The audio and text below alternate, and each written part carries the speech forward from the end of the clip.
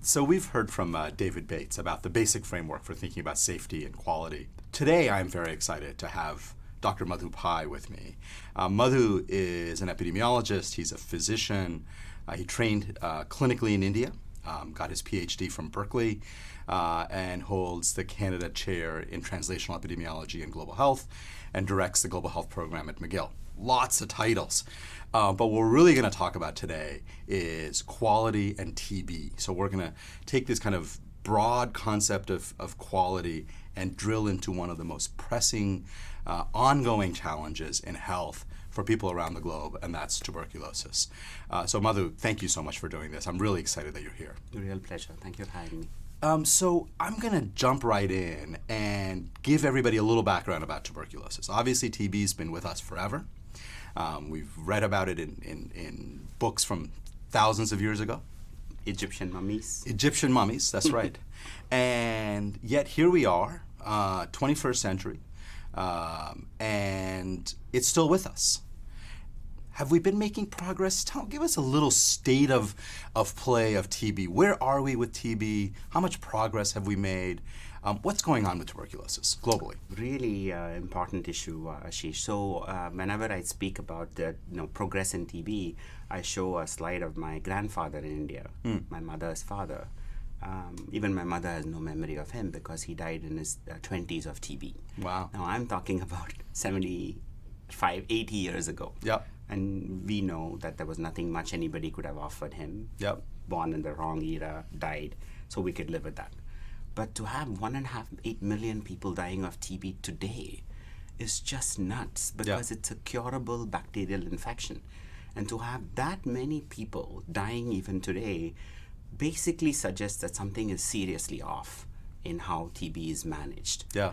There's no rationale to lose someone because we have the antibiotics. The antibiotics are bloody cheap. So there is really no reason to lose someone to TB today. Yeah. A few people with severe drug-resistant TB, that I understand. Yeah. But most people are not dying of drug-resistant TB. Well, that's what I was going to say. Is the problem primarily now that everybody who's dying, everybody who's really sick, just has really highly drug-resistant TB? Is Not that the major problem? No, not at all. Drug-resistant TB is a problem, no doubt, but it's mostly localized in some parts of the world. Got it. And the majority of deaths are not happening in drug-resistant cases. Oh, numerically, the numbers are relatively smaller. Yeah. 1.28 millions are not drug-resistant. Yeah. Most of them are drug-sensitive TB that have somehow been botched up. They've either received care too late, or they've not received care at all, or they've been just mismanaged in the various sectors of healthcare. So the mortality is staggeringly high, and today actually the WHO says TB has surpassed the death burden of HIV and malaria. In other words, TB kills more people today than HIV and malaria combined. Wow. Which is most recent statistics, and it ranks in the top 10 causes of deaths in the global burden of disease even today in the 2015 data. So let me take a quick step back and just unpack that a little bit. One question that I was going to ask you is, how does TB compare to these other big killers, malaria, HIV/AIDS? Sounds like we've made real progress with HIV/AIDS and malaria. Are we making progress? Is TB getting better, but maybe just not getting as better as faster? So where is that the latest projection shows that in the last 15 years, TB deaths have declined by about 20%. Okay. It's not bad. Yeah. But you still are left with a residual 1.8 million deaths a year, which means it was significantly worse to start with. Yeah. Secondly, the numeric numbers of TB new cases have gone up. Wow. So the year before it was 9+ million. Yeah. Last World TB report, 2016, WHO increased it to 10.4. Wow. So that's today's number. Yeah. 10.4 million cases and 1.8 million deaths. Wow. And of that 10.4 every year, new cases of TB every year, and almost 500,000 drug-resistant cases a year is the current estimates. Got it. So in some ways, numerically, it's worsened compared to previous years, which is the opposite of what most infectious diseases are trending to. And part of it is the fact that the numbers went up because of India. It's not that India has suddenly discovered TB. Yeah. The private sector in India is starting to notify, which, as you know, is a whole another issue in TB. Yeah. And the private sector does not even tell you what they're managing. Yeah. You end up with this holes in the data set Got it. that you really don't. So the honest answer is nobody in the world truly knows the true magnitude of TB, especially in countries like India. There's a whole slew of non-DOTS providers who are managing TB, who may not be telling anyone that they're managing TB. Yeah. When they start notifying, the numbers jumped up. That's what happened in India. Got it. So 10.5 million is almost surely an underestimate. Almost surely. And the numbers have gone up not because number of TB cases is exploding, but we're actually starting to identify and capture cases that have been there before, but we just didn't know about. We didn't know about that. That's even true for drug resistance. All of these decades, we were underestimating drug resistance because we never even tested for it. We were using sputum smears, which cannot detect drug resistance. That was the dominant diagnostic tool for TB. Now that we're starting to use molecular tests like GeneXpert, suddenly we are seeing much more rifampicin and MDR resistance, which again I think is not because something suddenly has exploded, because we are more aware by we're looking for it now. Got it. Both the burden and the loss of life is not primarily due to the underlying disease itself. The underlying disease, of course, is problematic, but we know how to manage it. We know how to manage it. And the second is that it's not that we have no strategy for coverage. It's not that we have no ability to get people into care. That doesn't strike me as the dominant problem. And so what I'm hearing is that the dominant problem really is in the execution of what we do and how comprehensively and effectively we do it, which is essentially another way of saying the primary problem, at least one of the dominant problems, we don't have to rank it, is quality. Yes.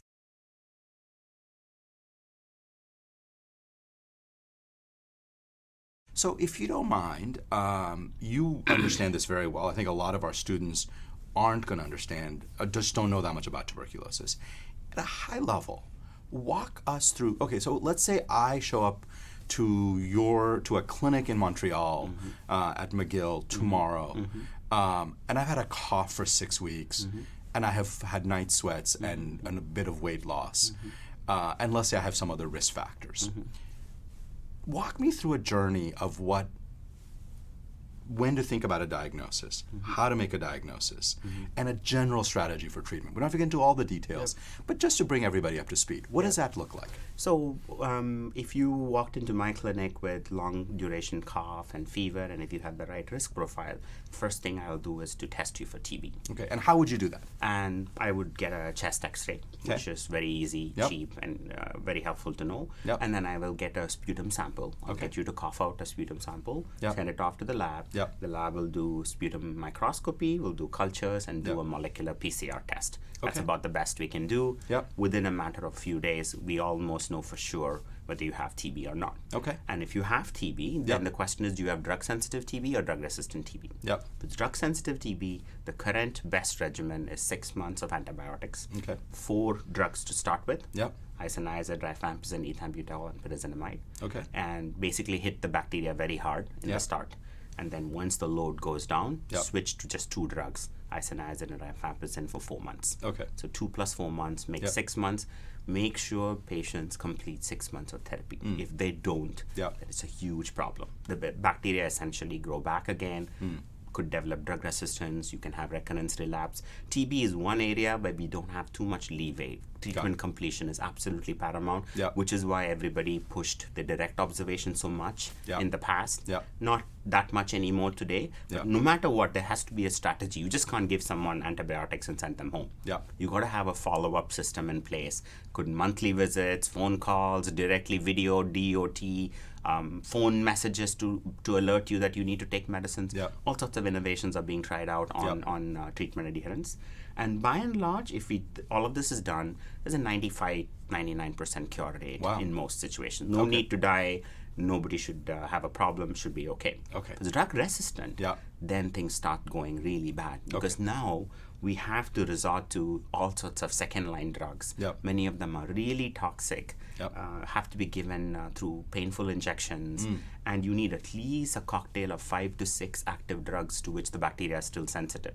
Which means we have to purpose all sorts of drugs. Some of them are old, nasty, toxic, throw them into this cocktail and treat up to 2 years. 2 years, and even then 50% will likely die.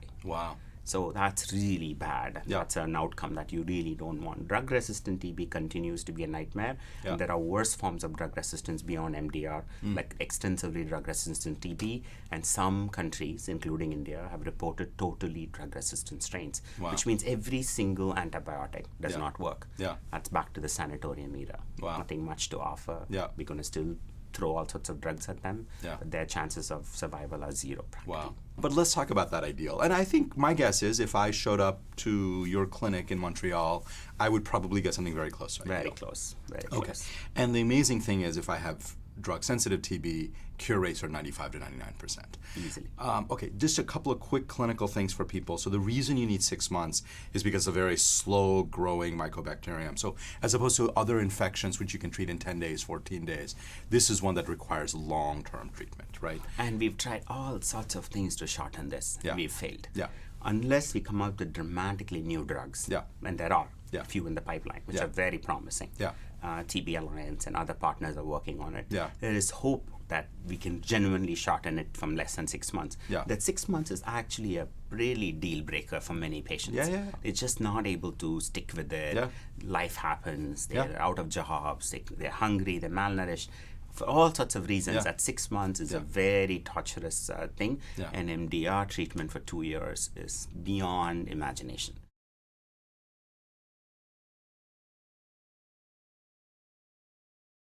Let's put aside MDR and XDR and all those kind of resistant cases and just talk about relatively sensitive TB. And we'll pick India as an example for a couple of reasons. One is highest burden of TB in the world. Highest burden. From the numbers you told me, it sounds like 25-30% of all the TB cases in the world 25 to 30% of all cases and all deaths are in one country. In one country. So it's as good of a country to focus on as any. And I understand that India is a vast country and the quality of care varies dramatically. So there are probably places in India that can do it as well as Montreal and Boston, and there are lots of places that don't. Walk me through where you see the failure starting to happen. Okay. So I absolutely think that India has to be the biggest stumbling block for the NTB strategy. And some dramatic announcements have come out of India in the last 1 month. As you know, India approved the new national health policy, promising to spend 2.5% of the GDP. And then on February 1st, the Indian finance minister pledged that India will eliminate TB by 2025. Wow. World's highest TB burden. 8 years. 8 years from now. Okay. And a very bold national strategic plan has been published Yes. to eliminate TB by 2025. Okay. So which means at least politically, a lot of motivation. There's at least some clear-cut ambition, which I really applaud. But the reality on the ground is as follows. So one is, as you know, India, we must differentiate India in the public sector and the non-public sector. They ain't the same. So let's imagine what happens in the public sector. Public sector on paper is 100% DOTS coverage. In other words, anyone in India can walk into any public facility with signs and symptoms of TB. They're guaranteed free diagnosis and treatment. Okay? And the best way to understand what goes wrong in the public sector is this wonderful paper that just came out last year in PLOS Medicine by Ramnath Subbaraman and colleagues here from Boston, looking at the cascade of care in the Indian public sector. Now, you know, in the HIV world, the cascade of care approach has been used for decades, beautifully, with great effect. That's how they're so ambitious in their 90-90-90 targets, right? Same thing should be done for TB. This is the first ever such paper to come out. TB is always like a decade behind HIV. So the cascade of care shows that if you start with this all forms of TB, from the time the patients knock on a government facility to the time when you see how many are actually into treatment, we've already lost 500,000 people. Out of how many? out of that 2.8 estimated cases, right? Just like suddenly you've lost. So in other words, you start off with the total number of people, and then by the time diagnosis happen, you're already at 60%. Got it. Then treatment is about 50%, and only about 40% go all the way to the finish line. Okay, so why does that happen? Why is that 40% drop from the time I knock on the door with my cough and weight loss, let's say, to the time I get the diagnosis? Why are so many people dropping out? So firstly, the Indian program for decades have only offered sputum smear microscopy to patients. Okay. Not just sputum smear microscopy, unconcentrated Zeal-Nielsen, which is the least sensitive of all TB diagnostic tools. Got it. For a whole variety of reasons, primarily based because the program has very little budget, right? So unlike Montreal, where I would not rely on that test alone, the vast number of Indian patients in the public sector only receive direct sputum smears. Okay. And that test is just about 50% sensitive. Great. So unless you have really a lot of bacteria in your sputum, you're not going to get picked up, at least not in the first few visits. Got it. Okay, so before we even go on, how often do you think the disease is even thought of? So again, I show up to a public clinic in Bihar. So my family's from Bihar. We lived in Patna when I was a kid. So let's say I show up to a public clinic in Patna, and I am a middle-aged guy, and I say, hey, I've got this cough, I've got the thing. Is it pretty reliable that someone's going to think TB, we should get a sputum test, but they're going to use a not-so-sensitive one? Or do people not even always test for TB? Great question, Ashish. I can tell you confidently what a private doctor in Patna will do. Yes. Because I have simulated patient data. Yes. Jishnu and I have that. We have not done it in the public sector. Yeah. So while I cannot quite tell you. What's your best guess? My guess suggests that public sector is probably much more reliable. Okay. Because they've been using sputum smears for decades. Yeah. They have a protocol in place. Yeah. They train everyone. Yeah. They have a lab. Yeah. So it's not, and nobody's paying anything for all of this. Yeah. So they are, I think, a lot more liberal in ordering that. Yes. And there is some data from Jishnu Das that indeed what happens in the Kenyan public sector. Yeah. Kenyan public sector does a much better job of testing for TB than the Kenyan private sector. Got it. And so private sector has all sorts of other influences that inform the decision. Yep. So I would say most of the time, the Indian public sector would probably ask you to do two sputum smears or more. Great. So if I show up with those symptoms, somebody is highly likely to think TB, and they're going to order a sputum, Correct. 2 sputums, Correct. and they're going to use a test that's not very sensitive, that'll miss more than half the cases. Correct. Or about half the cases. Correct. Which means multiple visits will be required. Got it. You may have to deteriorate and become smear positive before you get picked up. Yep. Or there's a whole algorithm for smear negative TB. Yep. First give you antibiotics, then do chest x-rays. Yep. By the time all of this drama plays out, it's already lots of time that has passed. Yep. And patients get tired and go somewhere else. That makes total sense. You show up, So your the disease whole is... doctor shopping is extraordinarily common. In fact, that is the dominant theme of TB in India. Yeah. TB in India, according to a systematic review we published, takes 60 days almost to be diagnosed and 3 different healthcare providers to be seen. Wow. You got to do some 3 hops and spend about 2 months before somebody's bell goes off and TB treatment is started. Wow. And we have no idea what the transmission consequences of this. Yeah. If you are infectious and you're running around a slum in Patna or Mumbai, how many additional new people will you infect? Yeah. Right? And we know the infection rate is very high because we're seeing cases every single year despite the DOTS coverage. Yeah. So we are all worried as to why and how to cut this long diagnostic delay. Yeah. Okay, so I'm going to just make one last kind of clarifying on this. So it sounds like in the public sector, if you show up with these symptoms, you're at least someone's going to think of it most likely and get a test. What happens in the And if you're smear positive in the public sector, yeah, then the system really takes care of you. Then it does. So you get everything, started on treatment. all alarm goes off. The system has got some fabulous interventions, like they'll give you a box with your name written on it. 6 months of assured therapy, no question of stockouts. Yeah. It's got just for you. Yeah. They will assign someone to be your DOT supervisor. Yeah. If you don't show up, there's a home visit, there's a way to contact you. So by and large, if smear is positive, TB is diagnosed, then the system takes, at least for drug-sensitive TB, the state does a pretty decent job. Yeah. Private sector is a whole another story. Yeah. If it's drugs-resistant TB, then the public sector struggles Yeah. because there are very few sites in India which have the capacity to hospitalize and administer the toxic second-line therapy, which invariably means you have to go up to the state headquarters or to a big city hospital. A lot of patients struggle. There's sanatoria, they end up in dying. In the meantime, they shop around. The whole drug-resistant cascade of care, which is also there in Ram's paper, is substantially worse than the drug-sensitive cascade of care. Not even 1 in 5 patients will make the finish line in the public sector if they have drug-resistant TB. Wow.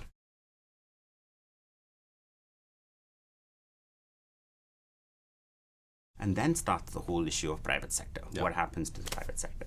So here, unfortunately, nobody has a cascade of care to share because nobody knows how many million people are going through. Drug sales data, if you just went to the Indian private sector and counted the number of anti-TB medications, suggests that they are managing almost 2-fold more TB than the public sector. Wow. So this is published in Lancet last year. So 2/3 of the cases. Two times more than public. So 2/3 versus 1/3. We used to say it's half and half, but if you look at the drug sales, which is a very nice study that came out in Lancet ID, it actually suggests that private sector is using much more anti-TB medications, 2-fold higher than expected. Now, whether all of them have TB or not is all matter of discussion, right? We all think that the private sector is trigger happy on using antibiotic abuse in general, but also true for TB. And of course, we've disabused some of the issues around that pharmacists are handing out anti-TB medications like candies. They're not. We've shown that beautifully with simulated patients. So can we go back to your simulated patient data? Yes. What does that show? I'm, again, that same patient, middle-aged guy, knocks on the door of a private sector doctor and says, I've got a cough for 6 weeks, and I've had some weight loss and night sweats. What happens in that context? Okay, so depends on who they first go to. Let's first take the whole issue of pharmacists. You know that pharmacists in India are de facto healthcare providers. There are 800,000 pharmacists across all of India. Millions of people are walking into pharmacists and say, I have cough, I have fever, I have diarrhea, give me something. And they're all dispensing antibiotics. Left, right, center, no question, no regulation. Most of the time, except for Tamiflu, I could pretty much buy everything I wanted over the counter in an Indian pharmacist. So if I am a pharmacist and you walk to me and you say 2 to 3 weeks of cough, our data, published in Lancet ID, Jishnu Das and others, shows that they spend about 1 minute with you, charge you about $1, and ask you about 1 question. That's about all. It's a very quick in and out consultation, if you wish. And they pretty much give you all sorts of antibiotics. They give you cough syrups. They give you a bunch of stuff. They charge you very little. And they do not give you anti-TB medications. At the same time, they don't refer you either. That is a killer. They could easily give what they're giving and still say, look, you may have TB. Go to the nearest DOTS free facility and get yourself tested. They do not hardly ever refer for a classic suspected TB. So we think pharmacists are a huge opportunity to at least pick up people with suspected TB and get them into testing. Right? But the good side, if there's a silver lining, is that they are not dispensing TB medication. So they're not generating MDR in India. Okay. The next big chunk we looked at is the Ayush practitioners in India. Ayush practitioners and informal providers. Okay, as you know, they are all over the country. Massive numbers of providers. They again are virtually never use anti-TB medications, but they hardly ever refer.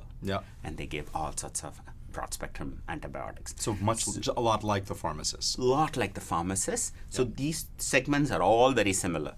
They will repeatedly try multiple non-specific therapies, antibiotics, steroids, cough syrups, bronchodilators, antipyretics, cocktail of all sorts of empiric therapies, and hope like hell that whatever you have disappears. That's why you have to bounce. Because you will go through this cycle. You will not feel better. You will come back or go to someone else. That person will maybe start a different antibiotic. Again, go through the cycle. Then go to the third person. And it's almost like these primary care providers in India have their strategy for TB diagnosis. I'm going to wait it out. And I'm going to hit you with multiple different antibiotic therapies. And if all of this fails, and if enough time has passed, then and only then I will consider TB as a diagnosis. They may think about it, but they will not act on it. And when they are ready to diagnose TB, guess what they'll ask for? A chest X-ray. That is the start point of their pathway to TB. The sputum test that we've been crying about for the TB program, not at all part of their diagnostic armamentarium. Virtually nobody uses sputum smears in the private sector. Why not? Either they hate it, they don't have confidence in it, that it is done correctly, and it is a test that needs to be done correctly. Or they think that virtually every time I ask for it, the damn thing is negative. So it's not very helpful for me. I don't know what use this is. Right?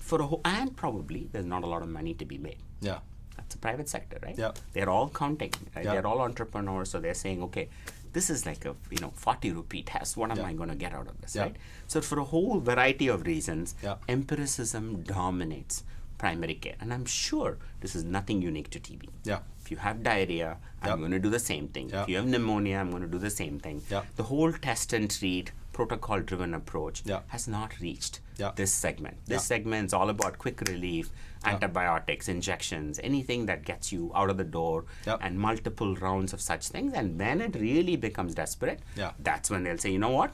Off you go to a qualified doctor or a specialist or whatever, and that's when the referral process starts, because they all have to make a living. That's how they practice. If you go to a qualified doctor, that's the group that uses anti-TB medications. So when we send simulated patients, we see a nice separation of qualified versus all of the others. Qualified are the ones who use anti-TB medications, order TB tests, all of the things that have to be done. So unlike other areas of simulated patients, this is at least one area we are generally finding that qualified docs do a much better job of TB than unqualified docs. But even they hardly ever ask for a TB test on the first visit. Even if you have every single classic textbook description of TB in the simulated patient case, their idea is to send you home with broad spectrum antibiotics, steroids, and whatnot, and not even ask for a chest x-ray. Even chest x-ray comes after 2 to 3 visits. Got it. So everyone delays TB diagnosis until they are pushed to think about it and ask for it, which is why one intervention that we think might be helpful is, if you think about TB, just do the chest x-ray sooner. Pull the trigger on it earlier than you would. It's a 100 rupee test. And it's a fabulously sensitive test, way more sensitive than a smear. So if you see shadows on the lung, then you take that person seriously. If there is no x-ray abnormality, then in all likelihood you're not dealing with TB. That's why we've been giving free digital x-ray vouchers in many of the public-private partnerships, which have increased diagnosis dramatically. Got it. And then also free gene expert vouchers in cities like Mumbai and Patna. So anything you can do to get them, but it's a work in progress. You gotta first tell them, don't wait. It's a free voucher. Even if you give them vouchers, they underuse the vouchers.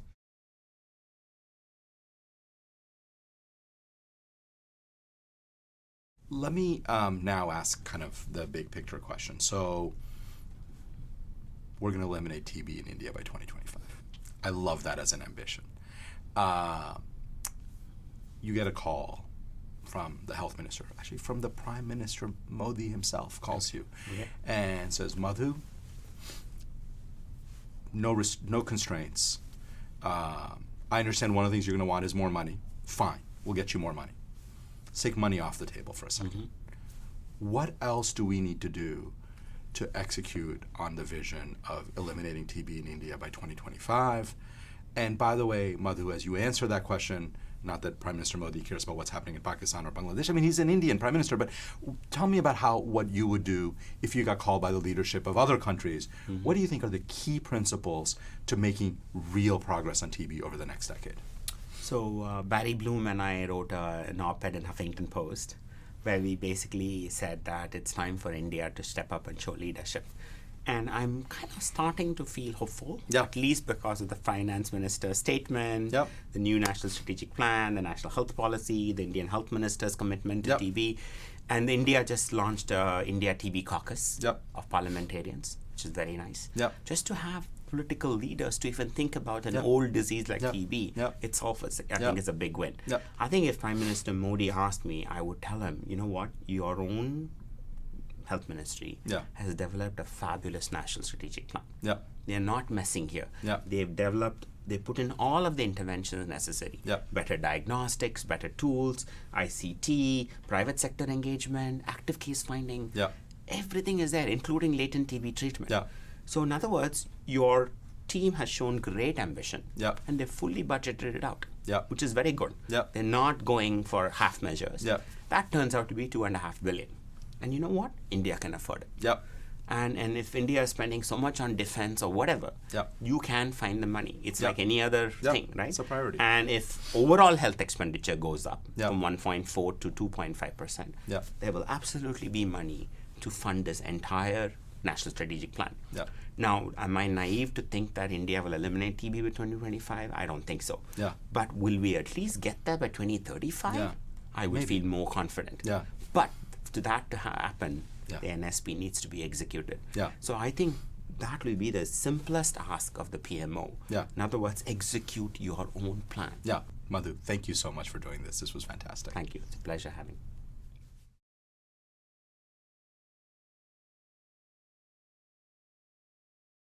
So when we think about the quality failures, a chunk of the quality failures is happening because people are failing to think about TB early and trying a whole bunch of other stuff. And a chunk of it is also that the diagnostic tests we're using Are obsolete. not particularly sensitive, so we're missing a lot of cases. All of this is leading to substantial diagnostic delay. Okay, now we're going to continue this story, and let's say I started off in the private sector, I went through 3 rounds of this, I end up in the public sector, I've got my diagnosis. Okay. I have what looks like cavitary lesions in the apices of my lungs. I've got a sputum that's positive. It looks like I have drug-sensitive TB. Are we good at this point? Is everybody gonna go from diagnosis to cure? What happens So there? let's look at both sectors, right? Sure. Because we know a lot of people who started on anti-TB medications in the private sector as well. Yeah. Nobody actually has long-term data on the fate of a privately treated patient in India because there is no record keeping. Yeah. You know that most private practitioners have 0 medical records, Yep. which itself is a quality flag. The patient has to remember what Yep. was done to them and carry Yep. the prescription back again.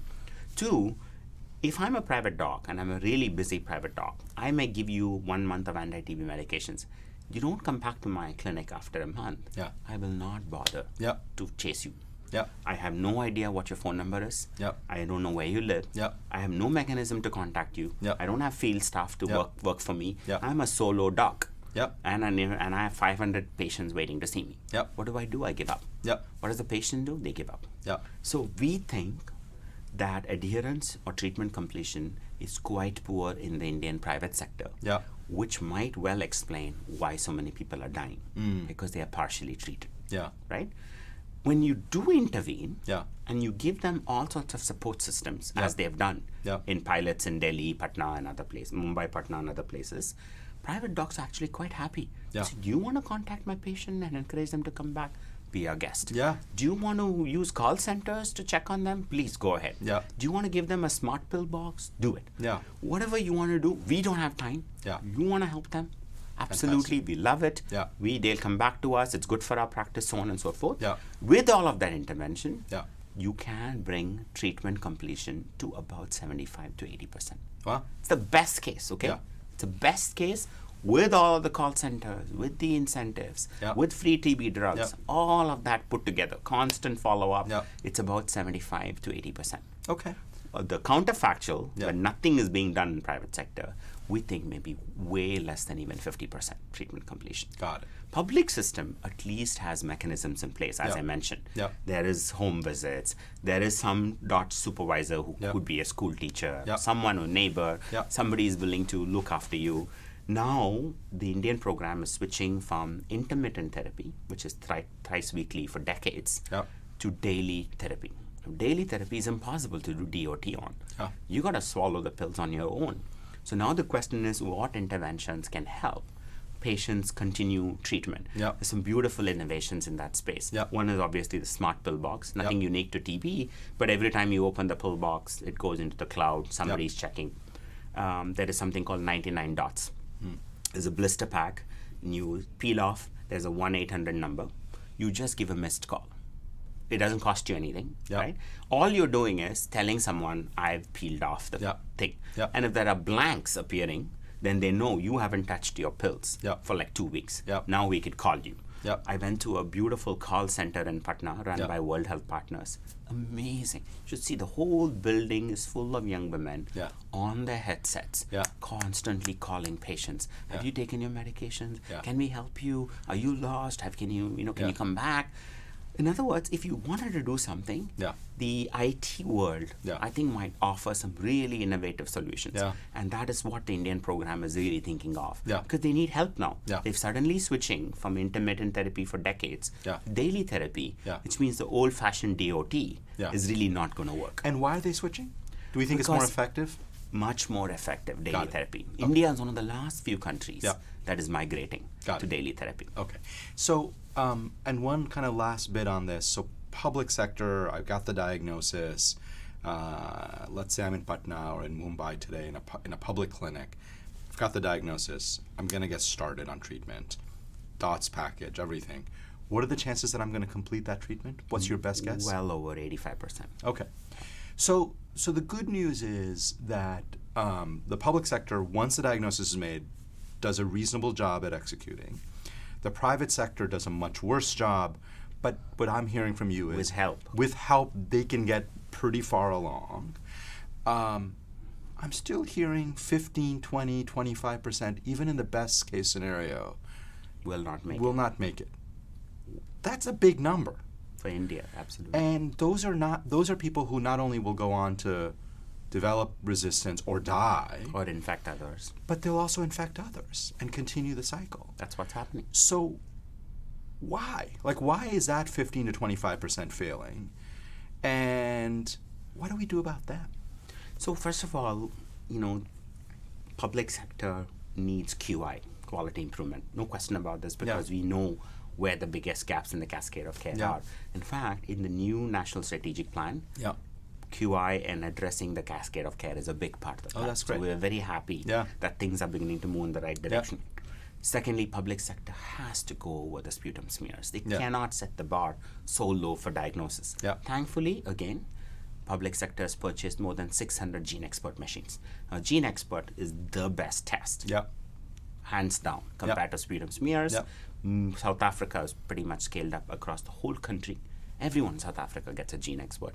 So India has purchased nearly 600 machines. And do you think India can get there in terms of getting to most people eventually getting that test? That is the hope, but the cost, and we have to talk about budget here, right? The Indian program underspends on health overall for decades. And that's what Sujata Rao's book is all about. It's amazing to read that it's nothing to do with TV. It's a structural problem of underspending on health, which is why the new national health policy is so important. Is that because sputum smears are so cheap, they are just not able to go from that to a $10 cartridge. And so they are now rationing it to selected groups. In other words, if you have HIV, you've already failed treatment, or you're a child, then you will get Gene Expert. Most others won't, which means majority will not have access to Gene Expert. And so they have it, but they don't quite have it accessible. That's a problem. In private sector, everything is about money. If my patient cannot afford a 2,000 rupee Gene Expert, I'm not going to do it, right? I'm going to directly start antibiotics and skip the whole diagnostic pathway because my patient's pocket is not able to afford it. And there, if you give them vouchers, as they've done in Patna and Mumbai, dramatic increase in Gene Expert use. Dramatic. In other words, so if you help them with vouchers for X-ray, free drugs, Gene Expert, adherence call centers, you can really improve quality of care in the private sector.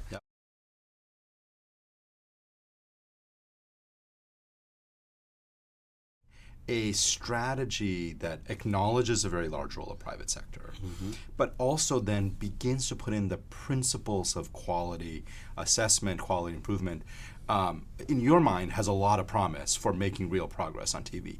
How are we going to monitor this? How are we going to know if all these efforts, especially in the private sector where 2/3 of the cases of TB are happening, how are we going to know whether we're making progress on that? What's your best guess? It's a great comment. I think for the public sector, just doing this cascade of care analysis with their own routine data will be very valuable. Because at least they know it's looking better than what it looked in a published paper, which is like already 3 years out. In the private sector, I think simulated patients could help. Yeah. If it's resource intensive, as Yeah. you know. But also, when they work with these private provider interface agencies, as they did in Mumbai and Patna, these agencies themselves are cranking out routine data quite a bit on how many of their vouchers were used, how many call center patients' calls were made, adherence, and so on and so forth. So just looking at routine data on a regular, methodical way will tell us what the outcomes are looking like. Yeah. And then, from an epidemiological point of view, India is about to do its first ever national prevalence survey. Oh, wow. Other countries like China have been doing prevalence surveys almost every decade. Yep. Right? So if you don't do serious epi surveys, you will not know whether the epidemic itself is going down or up or whatever. And India's first ever national drug resistance survey has just been completed. Results are awaited this year. So India needs to continue to do serious epi. And I was thrilled that India has finally launched India TB Research Consortium at a national level. And the Indian Council of Medical Research has shown great leadership here. So India TB Research Corporation is up and running as of November. And I'm hoping that they will have a serious amount of monitoring and evaluation put in, because they themselves need to know whether they're close to eliminating TB by 2025 or not. And not without epi. You cannot do it without epi. Routine data monitoring, maybe special surveys once in a while on quality might help. I think that there needs to be a whole package of MLE around this whole TB elimination plan. And let's take one step out a little further from India, and I'm going to do it in two ways. First, I want to talk about the rest of South Asia, because it sounds like the Pakistan, Bangladesh, big burdens. Big burden. And then I want to go back out further yet to, as you said, Nigeria, Indonesia, other countries where there's a substantial burden. China as well. China. The role of, so what do we know? Let's just stay with South Asia. You think if we were, and we may not have the data, but do you think if we were talking about Pakistan, if we were talking about Bangladesh, the story would be pretty similar? It'll be pretty identical. I think it'll be pretty identical. It's the exact same situation. 80% will first go to the healthcare. We don't expect them private practice in Pakistan and Bangladesh to be dramatically different. Maybe places like Bangladesh has BRAC and some good NGOs. So they're probably picking up the slack for a lot of the failures of the public system and the irrationality of the private system. But otherwise, it'll be very similar. So everything we just talked about for India, we could have been, your guess is, we could be talking about Pakistan, we could be talking about Bangladesh, and there'll be only minor differences. I agree. The other big ones, let's talk about Nigeria, Indonesia, China. Let's just pick those three, obviously large countries, good big size populations. How different are the stories there in broad strokes? What's your sense? China, to me, is absolutely fascinating. So I was in China not too long ago, and China is like now a poster child in TB. Over the last 2 decades, they've dramatically managed to reduce TB prevalence by almost 50%. So their strategy was, as you know, Chinese health system is complicated. But they also have a public China CDC TB program and a non-China CDC hospital sector. And you see that the quality of standards dramatically differ, just like India. The China CDC does all things rationally, and the hospital sector does weird things that nobody's ever recommended, because they're reimbursed, incentivized, whatever, right? There's a market around that as well. So what the China Pro CDC did was they systematically pushed TB patients out of this non-standard, non-CDC system into the CDC system, implement basic dots, no rocket science, standard good principles of TB care, dramatically showed, they did prevalence surveys every 10 years or so, and showed a nice decline. Now, with all of that success, the whole thing is being reversed. TB patients are now being pushed back into the hospital sector. And nobody quite knows whether this will undo. There are some major health system reforms happening in China. So this is not just about TB. It's about all the other reforms that are happening. So I think there are people who are anxious about whether all of the gains made will be undone or not. Indonesia has a massive private sector. and they are about to use simulated patients, I think, to look at their quality of care in the private sector. Nigeria, I really don't have much visibility on. I know they also have a lot of non-standardized practices in the private sector. So I think it's important to look at these mega countries with huge TB burdens, because together these 6 account for 60% of the world's TB problem.